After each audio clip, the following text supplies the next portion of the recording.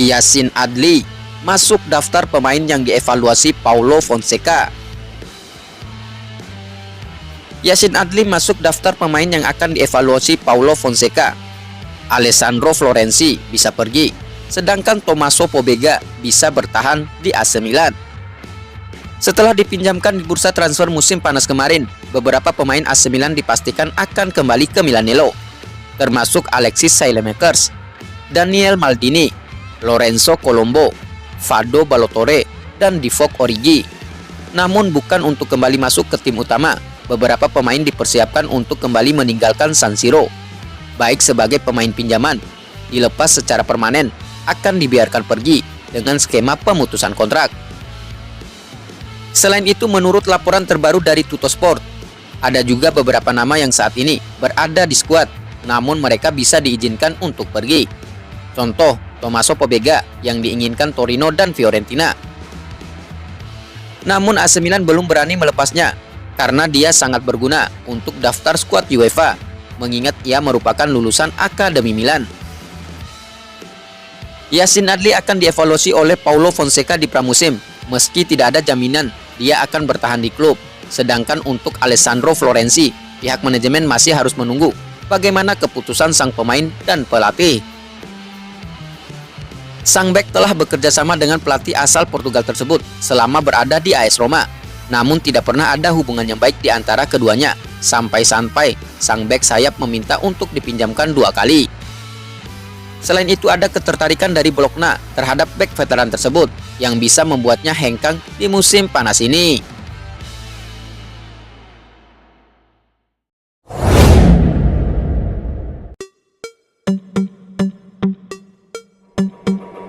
Mike Maignan dan Theo Hernandez tegaskan ingin bertahan di AC Milan.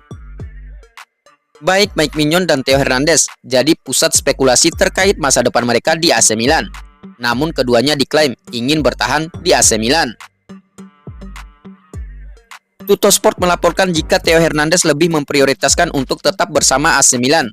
Namun ia menunggu sinyal dari manajemen terkait perpanjangan kontraknya sambil tetap memantau minat Real Madrid dan Bayern Munchen.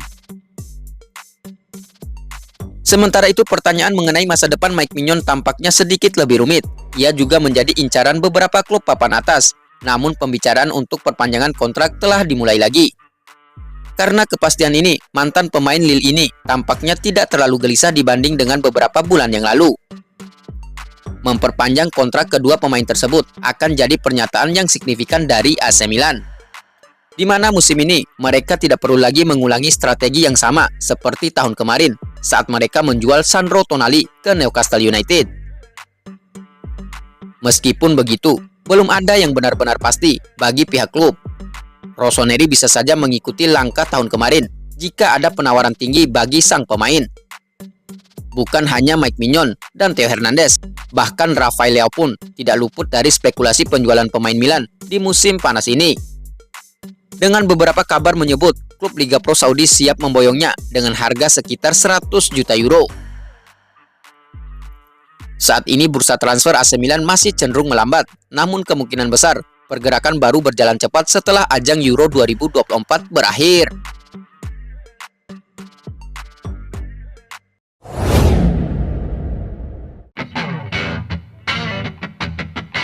Rafael Leao tidak terlalu tertarik dengan ide pindah ke Al Hilal. Al Hilal tampaknya bukan tujuan menarik bagi Rafael Leao, meski mereka sedang membuka pembicaraan dengan AC Milan terkait potensi transfer sang pemain. Menurut Tuttosport via Milan News, AC Milan asuhan Paulo Fonseca akan memainkan Rafael Leao di lini tengah, sehingga dia akan tetap berada di klub meskipun ada rumor yang beredar tentang ketertarikan dari Arab Saudi. Beberapa laporan yakin jika ayahnya sedang menggoda Al Hilal, di mana mereka siap untuk mengajukan tawaran sebesar 100 juta euro, yang kemungkinan akan membuat pihak Rossoneri mempertimbangkannya. Tidak hanya itu, pemain sayap asal Portugal itu pun dijanjikan akan mendapatkan gaji fantastis. Namun meskipun begitu, tampaknya Leao tidak tertarik dengan ide kepindahan ke Timur Tengah di tahap karirnya saat ini. Sebagai pengingat, La Gazzetta dello Sport melaporkan di awal pekan ini jika Fonseca mengunjungi Leao beberapa hari sebelum ia pergi berlibur, tepat ketika sang pemain sayap tengah mempersiapkan diri untuk Piala Eropa bersama Portugal. Dengan pertemuan di Jerman tersebut, sang pelatih menegaskan bahwa ia menganggap Leao sebagai bagian penting dari tim yang telah ia rencanakan selama beberapa pekan terakhir dan menjanjikan sebuah peran yang sama pentingnya bersama tim utama.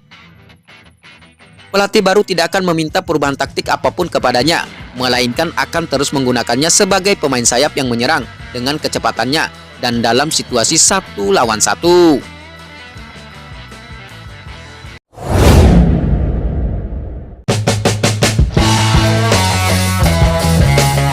Setelah Tonali, Newcastle United kini bidik Fikayo Tomori dari AC Milan.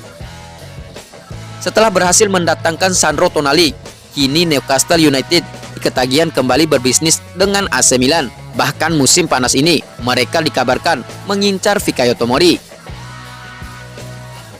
Menurut laporan terbaru dari Tuttosport, Newcastle United sangat ingin melakukan pergerakan lain untuk memperkuat lini pertahanan mereka.